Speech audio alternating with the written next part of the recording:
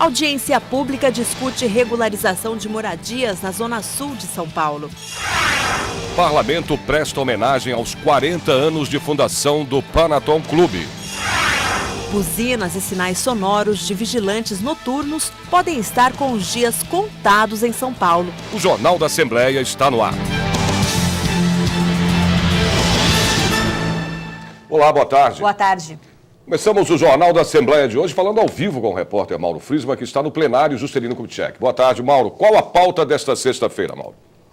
Boa tarde, Sérgio Everton. Boa tarde, Raquel Santos. A sessão ordinária da Assembleia Legislativa acontece daqui a pouco, a partir das 2h30 da tarde. Hoje, como de praxe, sexta-feira, não há pauta de discussões nem de votações. A tribuna fica aberta apenas para os pronunciamentos dos parlamentares na tribuna. Essa semana, os deputados também não aprovaram matérias por aqui.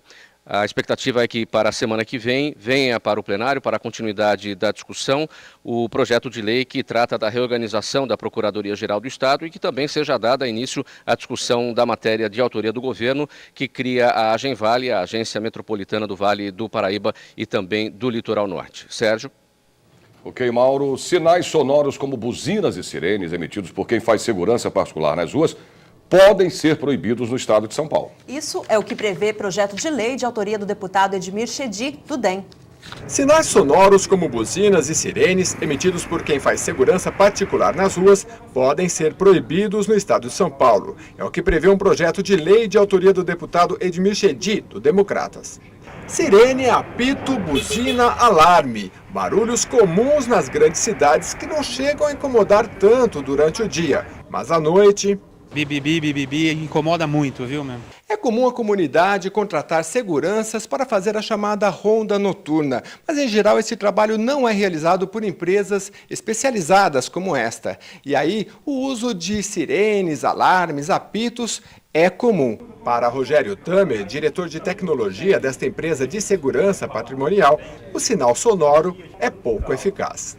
Aqui na empresa, a gente considera essas tecnologias sonoras como sirenes e alarmes, que são objeto do projeto de lei, pouco eficientes. Hoje em dia, nós temos tecnologias mais eficientes. Por exemplo, você tem alarmes silenciosos que disparam de acordo com uma invasão e conectam a uma central de monitoramento remota. E, a partir disso, os operadores de monitoramento podem tomar uma série de ações. Se a segurança for silenciosa, a saúde agradece. O otorrino e especialista em distúrbios do sono, Bruno Rossini, fala dos prejuízos de ser despertado no meio da noite. O sono é composto de vários ciclos, e desde os ciclos das fases mais superficiais até o sono profundo e o sono REM. Esse ciclo sendo interrompido por um barulho abrupto, né, que contrasta com o silêncio da noite, pode sim prejudicar a qualidade do sono.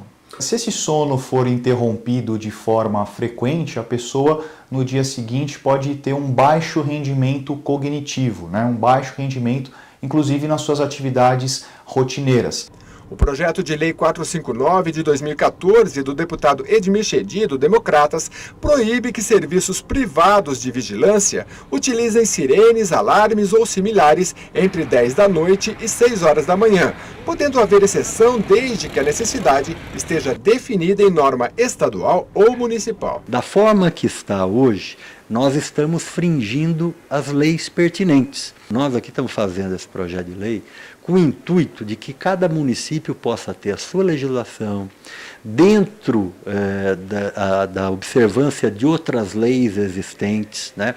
Principalmente o volume sonoro à noite, e que eles possam cadastrar essas empresas. Eu acho que fica um trabalho muito importante para quem quer ter essa prestação de serviço privada. No Dia Nacional de Combate ao Colesterol, um alerta dos médicos. As doenças cardiovasculares matam por ano 340 mil pessoas no Brasil.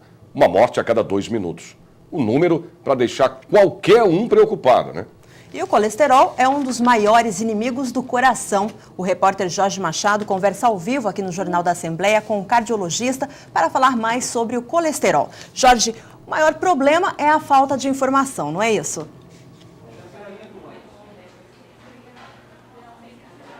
8 de agosto é o Dia Nacional de Controle do Colesterol e eu vou perguntar ao cardiologista, Dr. Hélio Castelo, por que tanta desinformação? As pessoas não sabem que o colesterol faz mal para o coração? Não sabe porque o colesterol, quando está alto, ele acaba não dando sintoma. Então, diferente de quando você está com febre ou até quando a diabetes está muito alta, que você tem uma série de sintomas, o colesterol esteja em 200 ou esteja em 500, a pessoa não sente nada. Então ela acha que é muito estranho ser com ela. E além disso, as pessoas também têm aquela ideia de que tudo que ele está comendo não faz mal e que a alimentação está adequada. Há excesso de alimentação também, essa vida moderna que suscita comidas muito saborosas, com muitas gorduras e muitos açúcares? Sem dúvida, a gente segue mais ou menos um padrão alimentar que é muito cópia do americano. Então, o fast food, essa correria, principalmente em cidades como a nossa, cidade grande, que você tem 20 minutos às vezes para almoçar, então é mais fácil para o indivíduo comer um sanduíche rapidinho do que ele sentar e comer um prato. O Brasil tem uma coisa legal, que de repente são os restaurantes por quilo hoje, então onde a pessoa pode trabalhar e escolher aquilo que vai comer. Então é uma coisa que a gente tem orientado os pacientes a tentar buscar isso, uma alimentação, entre aspas, um pouco mais saudável. Doutor Hélio Castelo, o que falar dos alimentos de hoje em dia também? Principalmente se a pessoa tem esse poder de escolha num restaurante aquilo, por exemplo, mas em geral as pessoas procuram as gorduras, procuram comidas muito saborosas, é isso? Procuro porque a gordura ela acaba dando gosto no alimento, então ela é saboroso, né? O que a gente orienta hoje é você tentar driblar um pouco os teus olhos. Então é importante que o prato seja o mais colorido possível, né? E o colorido não é só para ficar bonita, porque colorido você tem várias vitaminas diferentes. Você gastar pelo menos metade do teu prato quando você fosse pesar, vamos dizer assim, for fazer o teu prato, pelo menos metade com verduras. No outro, 1/4, você tentar colocar um legume ou uma proteína boa, preferencialmente uma proteína branca, uma carne branca, um peixe, melhor grelhado do que frito. E no outro, carboidrato, que vai ser o arroz e feijão, que é o prato do brasileiro, mas pode ser um macarrão eventualmente. No macarrão, preferencialmente molho vermelho do que molho branco. O molho branco, muitas vezes, principalmente em restaurante, ele está enriquecido com creme de leite que é rico em gordura. Então essa é uma dica mais ou menos fácil. O colesterol é produzido no próprio organismo, a genética também tem a ver com o colesterol, doutor? Totalmente. Nós produzimos colesterol, o colesterol é importante para a nossa vida. Agora, algumas pessoas têm uma produção maior e uma eliminação menor. Então, é muito importante, quando você sabe que seu pai, sua mãe ou seu irmão, quer dizer, pessoas próximas, têm colesterol alto, há uma maior chance de você ter. Então, é importante que você já faça o exame um pouco mais cedo para tentar detectar isso e já começar um controle desde cedo. Além disso, a gente orienta hoje a treinar as crianças a ter uma alimentação saudável, porque a criança que não come bem, ela vai ter um problema no futuro. Doutor Hélio, muito obrigado. Daqui a pouco a gente volta com mais informações de como prevenir doenças do coração. Raquel. Ok, Jorge, até daqui a pouco. E vamos a informações do trânsito em São Paulo nesta tarde de sexta-feira. Você vê aí imagens ao vivo da Avenida Mercúrio com a Avenida do Estado, próxima ali ao Mercadão Municipal de São Paulo. Trânsito bastante complicado no entorno do Mercadão, inclusive com alguns pontos de congestionamentos, viu? É bom, se possível, o motorista evitar a região. E mais uma madrugada fria em São Paulo, 15 graus. A previsão para a tarde desta sexta-feira é de tempo nublado. A máxima não deve passar dos 21 graus. Vamos ver como fica o tempo no interior do estado. Em Campinas, a temperatura cai, os termômetros chegam aos 22 graus. Em São José dos Campos, tempo nublado. A máxima é de 20 graus. Em Sorocaba, a temperatura cai e pode chegar aos 22 graus também. E em Ribeirão Preto, a temperatura máxima deve chegar aos 22 graus. E você vai ver depois do intervalo, uma sessão solene marcada para hoje vai comemorar os 80 anos do Conselho Regional de Engenharia e Agronomia de São Paulo. E uma audiência pública aqui na Assembleia discutiu a regularização de moradias na Zona Sul de São Paulo. A gente volta já já.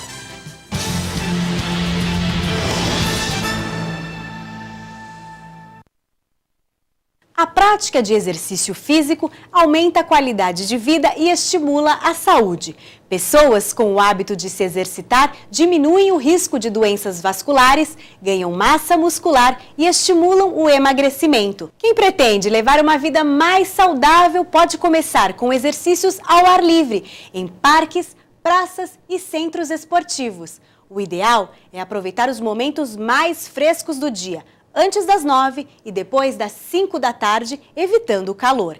Use roupas leves e fique de olho também para evitar a desidratação, bebendo bastante água. O importante é contar com a orientação de um profissional adequado e ficar atento aos limites do próprio corpo para evitar lesões.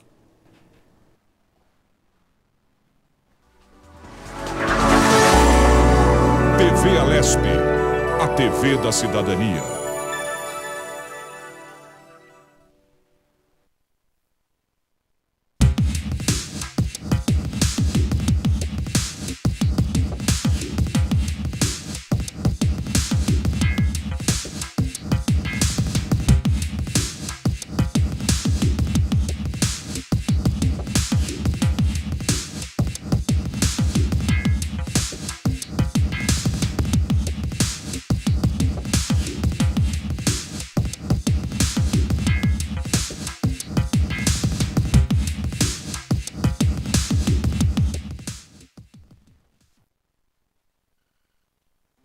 Os postos da rede pública de saúde têm disponível durante todo o ano a vacina contra o vírus HPV, que é sexualmente transmissível e pode causar doenças como o câncer do colo de útero. Neste ano, devem ser vacinadas meninas de 11 a 13 anos de idade. Em 2015, serão meninas entre 9 e 11 anos. Para receber a dose, basta apresentar carteira de vacinação ou documento de identificação. Cada adolescente deve receber 3 doses da vacina para completar a imunização. Mas atenção, a vacina não substitui a realização do Papa Nicolau, exame preventivo do câncer de colo de útero, que deve ser feito por adolescentes e também por mulheres entre 25 e 64 anos de idade. Essa é uma campanha da TV Alesp a serviço do cidadão.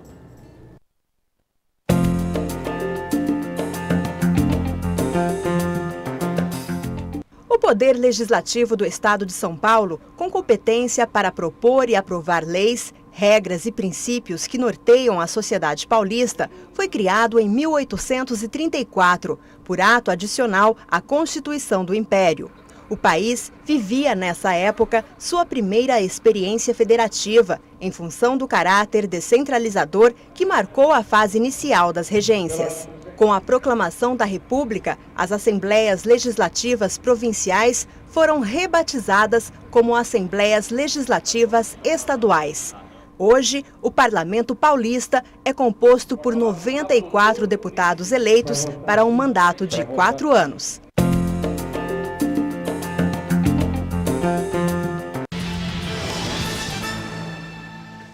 A Receita Federal liberou hoje a consulta ao terceiro lote de instituição do Imposto de Renda à Pessoa Física 2014. Ao todo, são 1 bilhão e 900 milhões de reais em restituições. E esses valores vão ser depositados no dia 15 de agosto, daqui a uma semana. Para saber se você está na lista, é só acessar o site da Receita. Anote aí, www.receita.fazenda.gov.br.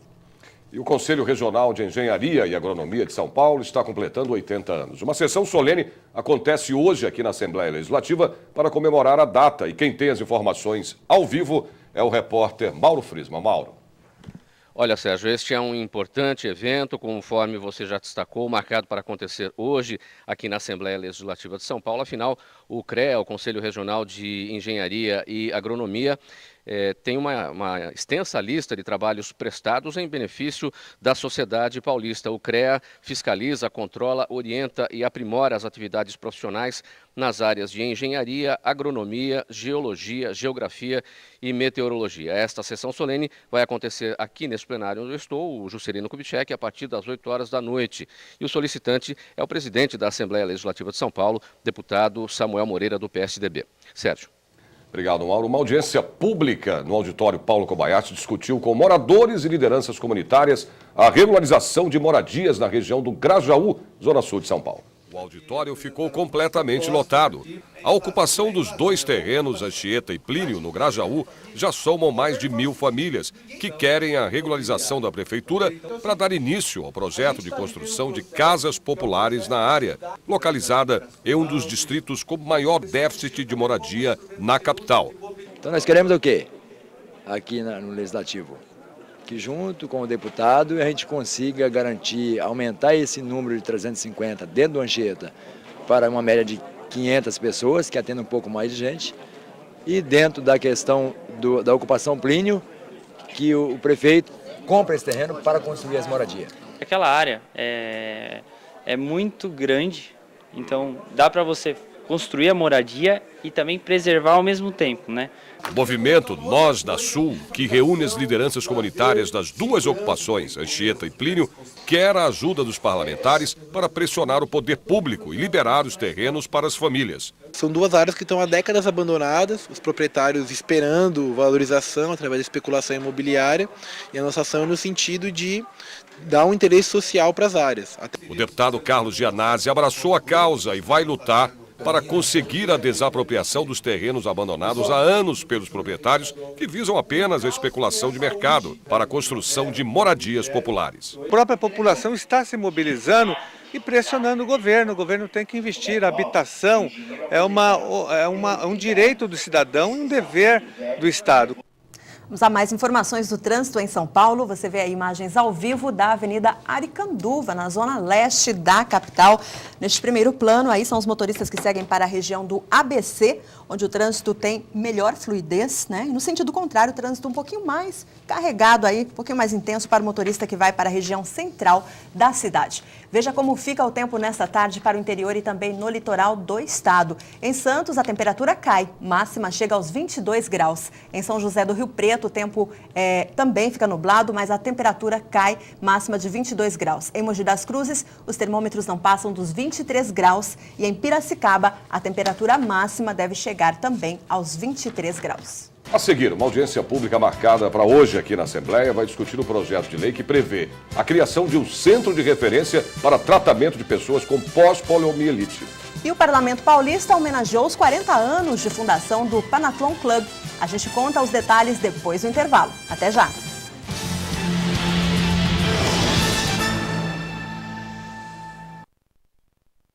Não importa qual seja a temperatura ou época do ano, quando falamos de proteção solar, é preciso cuidado com a pele.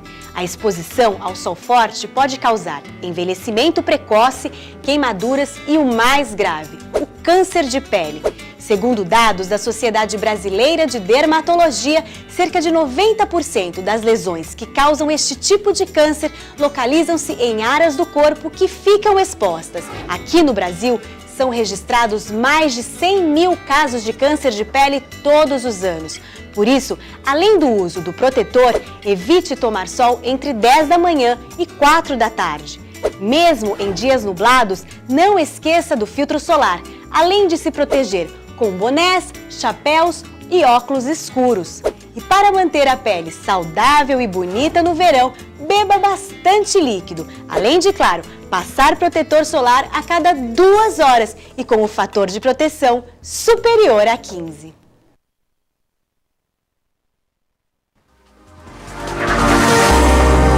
TV Alesp, a TV da cidadania.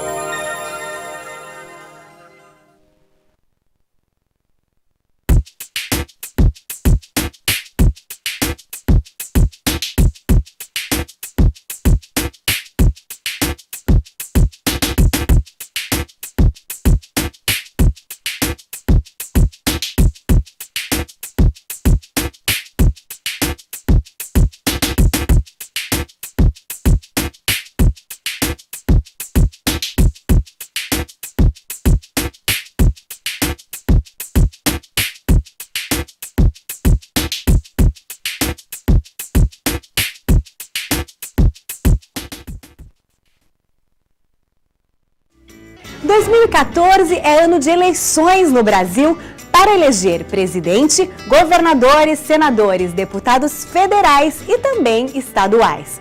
O primeiro turno ocorre no dia 5 de outubro e o segundo será no dia 26 do mesmo mês. Para auxiliar o cidadão em qualquer dúvida relacionada ao assunto, o Tribunal Regional Eleitoral de São Paulo tem o Disque Eleitor. Ligando para o número 148, você pode obter informações sobre documentação necessária e locais de votação. Se informe, tire suas dúvidas e exerça bem o direito do voto. Essa é uma campanha da TV Alesp a serviço do cidadão.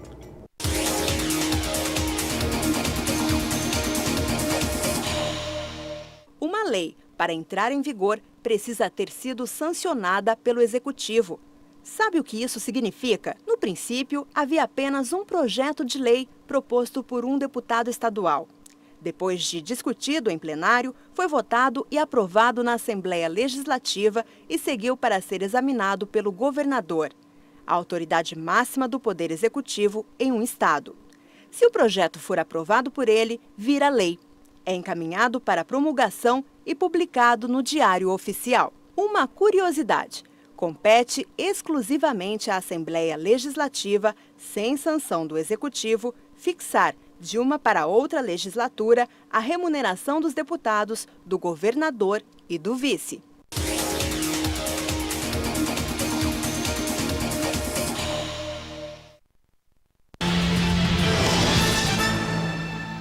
Hoje é Dia Nacional de Combate a um inimigo mortal do coração, o colesterol. Nós voltamos a falar com o repórter Jorge Machado, que conversa ao vivo com o especialista em manter o coração funcionando bem, o cardiologista.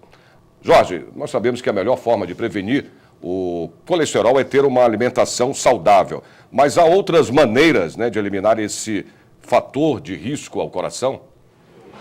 No Dia Nacional de Controle do Colesterol, voltamos a falar com o cardiologista, o Dr. Hélio Castelo. Dr. Hélio, além da alimentação saudável, como prevenir as doenças do coração? O nosso corpo é que nem uma conta corrente. Então você tem que colocar menos coisa, quer dizer, a alimentação saudável que você falou, e a gente tem que gastar. Então, atividade física é importante. Controlar os outros fatores, a diabetes, que ela aumenta o colesterol também, a hipertensão, que pode aumentar o risco das doenças cardiovasculares, e em alguns casos, tomar remédio. Então é importante que mesmo antes da pessoa fazer uma atividade física, ela passe no cardiologista, faça o diagnóstico dela de colesterol e etc., avalie o coração dela para ver o que ela aguenta em termos de atividade e a partir daí programe a vida dela. Atividade física não é só o futebolzinho do final de semana com direito a churrasco depois, não é, doutor? Muito pelo contrário, porque o grande problema do futebolzinho do final de semana é que não te prepara muscularmente nem do ponto de vista cardiológico. Então você pode ter lesão muscular, porque você não está preparado e só vai jogar, e quando o cara vai jogar ele acha que ele é o Neymar, então ele vai jogar tudo que ele pode, e cardiovascular também não conta. Então ele pode jogar o final de semana, o futebol, beleza, só que ele tem que fazer atividade física no mínimo 3 vezes por semana, preferencialmente atividade aeróbica. Não precisa entrar na academia, ele pode correr, ele pode andar, ele pode fazer bicicleta, quer dizer, uma série de coisas. Essa é a pergunta que eu faço para o cardiologista, e o nosso telespectador deve estar se imaginando, mas eu não tenho tempo nem dinheiro para frequentar uma academia, como fazer atividade física? Subir e descer escada pode? Pode sim. E sabe que tem uma dica que a gente dá às vezes para os pacientes, assim, desce um ponto antes do ônibus, por exemplo. Então você caminha até chegar na tua casa. Estaciona o carro longe do... Isso, muda um pouco o teu hábito, faz um pouco de coisa, porque se a gente for perceber, muita coisa daria para fazer a pé. Então, vou almoçar, será que precisa de carro? Sai do teu trabalho, vai almoçar e volta a pé. Então, algumas coisas que você pode fazer se você não tem tempo realmente de fazer uma atividade bem paramentada, etc. O que é bom e o que é ruim para o coração, para encerrar nossa entrevista, doutor? Bom, o que é bom? Fazer check-up periódico, conhecer teu corpo. É bom você não fumar, é bom você ter uma alimentação saudável, fazer atividade física, você ser feliz. Isso são as coisas que são boas. Os inimigos do coração são? Os inimigos: cigarro, diabetes, pressão alta, o colesterol, gordura, o estresse, a tristeza. A tristeza, a obesidade, essas são as principais, vamos dizer assim, os principais vilões. Doutor Hélio, muito obrigado por sua entrevista. Sérgio, é com você. Ok, Jorge, obrigado. E o Parlamento Paulista prestou homenagem aos 40 anos de fundação do Panathon Clube. A amizade expressa nas demonstrações de afeto de seus componentes é também um dos pilares do panatletismo, que do grego significa todos os esportes. Seus praticantes são voluntários do Panathon Clube São Paulo, que completa em 2014 40 anos. O Panathon Clube é um clube de serviços, ele nasceu na Itália há muito tempo atrás, e o objetivo básico é defender a prática esportiva de forma ética, defendendo o fair play. O Panathon é considerado o Senado do esporte e nosso trabalho é justamente colaborar com a sociedade para que o esporte se desenvolva, tanto na área escolar quanto na área comunitária. Então, nosso objetivo principal é o desenvolvimento do esporte como uma ferramenta educacional. Os princípios do panatletismo se espalharam pelo mundo. Hoje, seus 12 mil sócios estão presentes em 23 países. Acho que somos a única entidade que está realmente preocupada com a ética no esporte. Mas nós temos que começar com isso nas escolas. O panatletismo teve início em 1951 em Veneza, Itália, entre um grupo de colegas do Rotary Club local, que decidiu se reunir para falar de esporte. A homenagem da Assembleia Legislativa de São Paulo contou com diversas autoridades, entre elas o deputado federal Vicente Cândido do PT por São Paulo. Ele destacou a importância dos panatletas no país que sediou a Copa. Mais uma vez a Assembleia aqui abre as portas, teus auditórios, para promover um encontro, um debate sobre o esporte. Isso é muito bom, a gente percebe que o Poder Legislativo está atento a essas questões, né, e é um órgão de formulador de políticas públicas, né, do esporte. Eu fico muito contente de poder participar dessa noite, né, nesses 40 anos, né, desse grupo histórico, com tanta gente boa e com tanta história para nos contar. Voltamos a falar com o repórter Mauro Friesman, que tem todas as informações ao vivo sobre a audiência pública que vai discutir o projeto que prevê a criação de um centro de referência para tratamento de pacientes com pós-poliomielite. Mauro. Olha, Raquel, há uma extensa lista de debatedores convidados para essa audiência pública. São 11 palestrantes que vão falar, entre eles médicos, especialistas em neurologia, em fisioterapia e também ativistas ligados a entidades que cuidam de pessoas com deficiência. A síndrome pós-pólio é um problema muito pouco falado, atinge pessoas na faixa dos 40 anos que pelo menos aos 25 tiveram ou foram infectados pelo vírus da poliomielite. Esta audiência pública vai acontecer no plenário Juscelino Kubitschek a partir das 2h30 da tarde. O solicitante é o deputado Carlos Gianazzi do PSOL, que é autor do projeto de lei que cria o Centro de Referência para o Tratamento desses pacientes. Sérgio. Ok, Mauro, obrigado. Raquel, é com você. Ok, vamos a mais informações do trânsito em São Paulo. Você vê aí imagens ao vivo da Avenida Roque Petroni Júnior, na zona sul de São Paulo. Trânsito intenso, mas fluindo normalmente nos dois sentidos, sem complicações para o motorista. Madrugada com temperatura fria e tempo nublado durante o dia na maior parte do estado nesta sexta-feira. Em Franca, tarde com tempo nublado, com termômetros a 29 graus. Em Bauru, a temperatura máxima pode chegar aos 28 graus. Em Limeira, a temperatura máxima não passa de 29 graus. Em Marília, a madrugada foi fria, mas os termômetros durante o dia devem ficar na marca dos 27 graus. Por hoje é só. O Jornal da Assembleia termina aqui. Parabéns às cidades de Alvinlândia e Votuporanga, que fazem aniversário hoje, e às cidades de Socorro, Elisiário e Castilho, que fazem aniversário neste fim de semana. Bom, e você pode rever as reportagens da edição de hoje do Jornal da Assembleia pela internet. Basta acessar o site www.al.sp.gov.br e clicar em redes sociais. Uma boa tarde para você. Uma boa tarde para você e até segunda.